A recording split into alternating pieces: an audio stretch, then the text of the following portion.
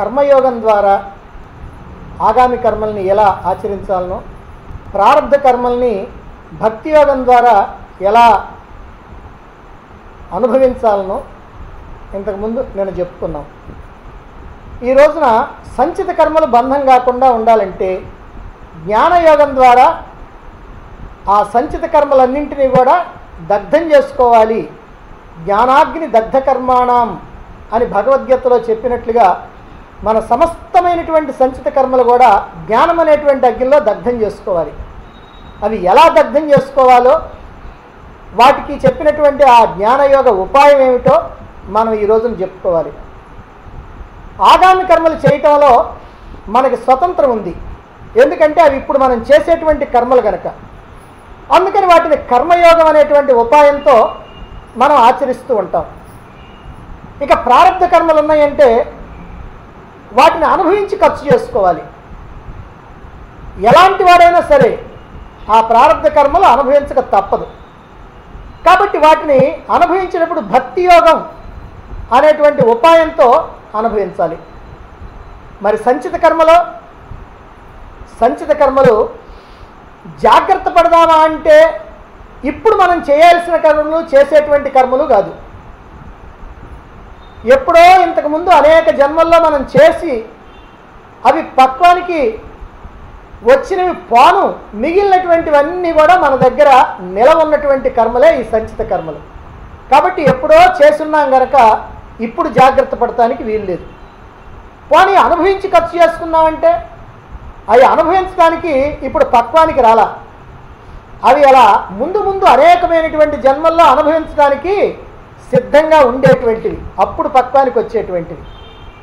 కనుక ఈ సంచిత కర్మలన్నీ కూడా మన చేత చేయబడి అనుభవించడానికి వీలుగా మనతో పాటుగా వస్తూ ఉన్నటువంటివి. మరి ఈ జన్మలో అనుభవించేటువంటివి కాదు కనుక ఈ కర్మబంధం నుంచి తప్పించుకొని మళ్ళీ జన్మంటూ లేకుండా ముక్తిని పొందాలంటే, మోక్షాన్ని పొందాలంటే, శాశ్వత ఆనందాన్ని పొందాలంటే ఈ సంచిత కర్మలన్నింటినీ ఒక్కసారిగా దగ్ధం చేసుకోవాలి. ఇంకా అంతకంటే మార్గం లేదు. అయితే ఎక్కడ దగ్ధం చేయాలి? జ్ఞానాగ్నిలో. అదే జ్ఞానాగ్ని దగ్ధ కర్మాణం అని భగవద్గీత చెప్పింది. కాబట్టి జ్ఞానం అనేటువంటి అగ్నిలో సమస్తమైనటువంటి కర్మల్ని దగ్ధం చేయటం ఒక్కటే మార్గం. ఇదే అత్యంత కష్టమైంది. ఎందుకనంటే ఆగామి కర్మల్ని ఎలాగో అలాగా జాగ్రత్తగా చేయొచ్చు. ప్రారబ్ధ కర్మలనేమో అనుభవించాలి కనుక తప్పనిసరిగా అనుభవించాలి. కానీ ఈ సంచిత కర్మలు ఉన్నాయి, వీటిని దగ్ధం చేయాలి అంటే జ్ఞానాగ్నిలో దగ్ధం చేయాలి. అందుకే ఇది చాలా కష్టం. సర్కస్లో తీగ మీద నడుస్తూ ఉంటారే, అదిగో అంత కష్టమైనటువంటిది. అదిగో ఈ మార్గాన్నే, ఈ ఉపాయాన్నే జ్ఞానయోగం అని గీతలో మనకి చెప్పడం జరిగింది. అయితే అసలు జ్ఞానం అంటే ఏమిటి? మన యొక్క అసలు స్వరూపం సచ్చిదానంద స్వరూపం. మన యొక్క స్వరూపం ఆత్మస్వరూపం, ఆత్మ సచ్చిదానంద స్వరూపం. అయితే విడిచిపెట్టిపోయేటువంటి ఈ దేహాన్ని చూసుకొని ఇదే నా స్వరూపం అని అనుకుంటున్నాం. ఈ లోకంలో వ్యవహరించడానికి మనం ఉపయోగించుకునేటువంటి మనోబుద్ధులు అనేటువంటి పరికరాలను చూసుకొని ఇదే నేను అని అనుకుంటున్నాం.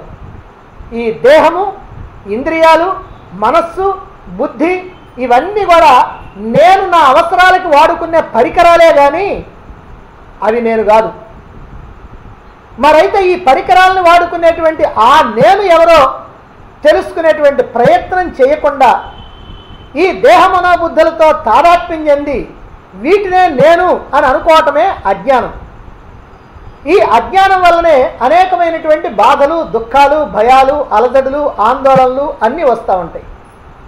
ఈ అజ్ఞానాన్ని తొలగించుకొని ఈ దేహ మనోబుద్ధుల తాదాత్మ్యాన్ని విడిచిపెట్టి మన అసలు స్వరూపం సచ్చిదానంద స్వరూపం అని అనుభవపూర్వకంగా గ్రహించటమే జ్ఞానం. ఆ జ్ఞానాన్ని పొందితే జ్ఞానాగ్ని పుడుతుంది. అయితే ఈ జ్ఞానాన్ని పొందాలి అంటే మనకి ఒక సద్గురువు యొక్క అవసరం ఉంది. ఎందుకనంటే ఈ ఆత్మజ్ఞానాన్ని ఎవరంతట వాళ్ళుగా పొందడానికి వీలయ్యేటువంటిది కాదు. ఒక అరణ్యంలో ఒక సింహం ఉంది. అది ఒక పిల్లని కానీ సరిపోయింది. ఆ సింహం పిల్ల అమాయకంగా అక్కడ దారిలో పడింది.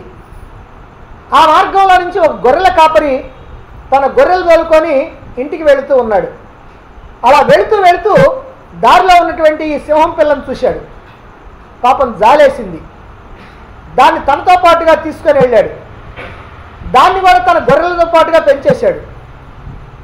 ఆ సింహం పిల్ల గొర్రెలు ఏ ఆహారం అయితే తీసుకుంటున్నదో ఆ ఆహారాన్నే తీసుకుంటున్నది. వాటితోటే కలిసిమెలిసి జీవిస్తూ ఉంది. అలా అరణ్యంలో తిరుగుతూ ఉండగా ఒకనాడు ఒక సింహం ఆ ప్రాంతంలో ఈ గొర్రెల మందను చూచింది. అలా చూడటంతోనే దానికి మహా ఆనందం వేసింది. మంచి ఆహారం దొరికింది కదా అని. దాంతో ఆ గొర్రెల మంద మీద పడ్డది ఈ సింహం. ఈ సింహాన్ని చూసేటప్పటికల్లా ఆ గొర్రెల మందలో ఉన్నటువంటి గొర్రెలన్నీ కూడా పరుగులు ఎక్కించుకున్నాయి. ఆ సింహం యొక్క బారిన పడకుండా ఉండటం కోసమని. వాటితో పాటుగా ఈ సింహం పిల్లవాడు ఏం చేసిందంటే భయంతో పరుగులు ఎక్కించుకుంది. మరి ఈ సింహం ఏమో ఇలా భయంతో పరిగెత్తేటువంటి ఆ సింహం పిల్లను చూసి ఆశ్చర్యపోయింది. ఏమిటి, నన్ను చూసి గొర్రెలైతే పరిగెడతాయి కానీ ఈ సింహం పిల్లవాడు పరిగెడతా ఉన్నది ఏంటి అని దానికి ఆశ్చర్యం వేసింది.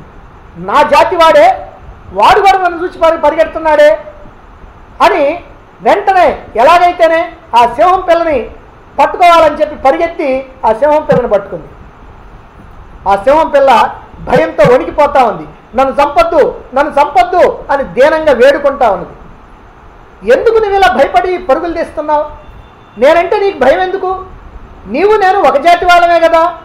ఆ గొర్రెలంటే అల్పజీవులు, అవి మనల్ని చూసి భయపడతా ఉంటాయి, అందుకని పరుగు తీస్తూ ఉంటాయి. నువ్వేమో సింహం పిల్లవి, నీకెందుకు భయం అని ఆ సింహం అడిగేటప్పటికి నేను గొర్రెని, నేను సింహాన్ని కాదు, నన్ను వదిలిపెట్టు అని భయపడుతూ వణికిపోతా ఉంది ఆ సింహం పిల్ల. ఓహో ఇట్లా కాదని చెప్పి ఆ సింహం పిల్లని ఈ సింహం ఓ చెరువు దగ్గరికి తీసుకెళ్ళింది. ఆ చెరువు దగ్గరికి తీసుకెళ్ళి ఆ ఒడ్డు నుంచి ఆ చెరువులోని నీటిలోకి వంగి ఇప్పుడు నన్ను చూడు అని అంది. ఆ నీళ్ళల్లో నన్ను చూడమంది, నా పాపను చూడమనింది. చూసింది ఈ సింహం పిల్ల. ఇప్పుడు నిన్ను చూసుకోమంది. అప్పుడు ఆ పిల్ల కూడా వంగి తనను చూసుకుంది. చూసుకున్న తర్వాత నేను సింహాన్ని కదా అని అడిగింది. అవును నువ్వు సింహానివే, మరి నీవో?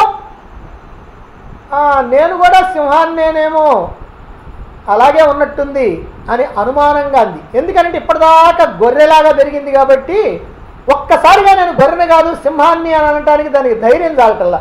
అందుకని నేను కూడా సింహాన్నేనేమో అని అంది. అప్పుడు ఇదిగో నేను పెద్ద కేక వేస్తున్నా అని ఆ సింహం గర్జించి నువ్వు కూడా ఇలాగే కేక వేయమంది. ఇప్పుడు సింహం పిల్ల కూడా కేకేసింది. దానితో ఆ సింహం పిల్లకి తానెవరో తెలిసిపోయింది.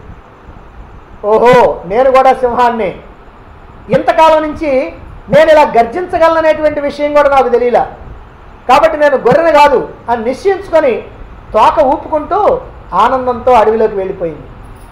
ఇప్పుడు దానికి భయము లేదు, బాధ లేదు. ఇంతవరకు ఆ సింహం పిల్ల తన నిజస్వరూపాన్ని మర్చిపోయింది. అంటే నేను సింహాన్ని అనేటువంటి విషయం మర్చిపోయింది. సింహాన్ని అనేటువంటి విషయం మర్చిపోవడంతో నేను గొర్రెని అని అనుకుంది. గొర్రెని అని అనుకోవడంతో భయము దుఃఖము కలిగినాయి. ఎప్పుడైతే తన యొక్క నిజస్వరూపాన్ని, తన స్వస్వరూపాన్ని నేను సింహాన్ని అని ఎప్పుడైతే తెలుసుకుందో భయము పోయింది, బాధ పోయింది, దానితో ధైర్యం వచ్చేసింది. ఆనందంతో తోకాడించుకుంటూ అరణ్యంలోకి వెళ్ళింది. ఇదే విధంగా మనం కూడా ఆ సింహం పిల్ల మాదిరిగానే మన యొక్క స్వరూపాన్ని మనం మర్చిపోయాం.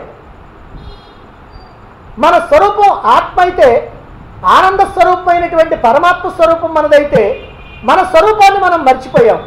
ఎప్పుడైతే మన స్వరూపాన్ని మనం మర్చిపోయామో నేను జీవుణ్ణి అని అనుకున్నాం. ఎప్పుడైతే జీవుణ్ణి అని అనుకున్నామో ఈ దుఃఖాలు, భయాలు, బాధలు, అలజడులు, ఆందోళనలు అన్నీ వచ్చేస్తూ ఉన్నాయి.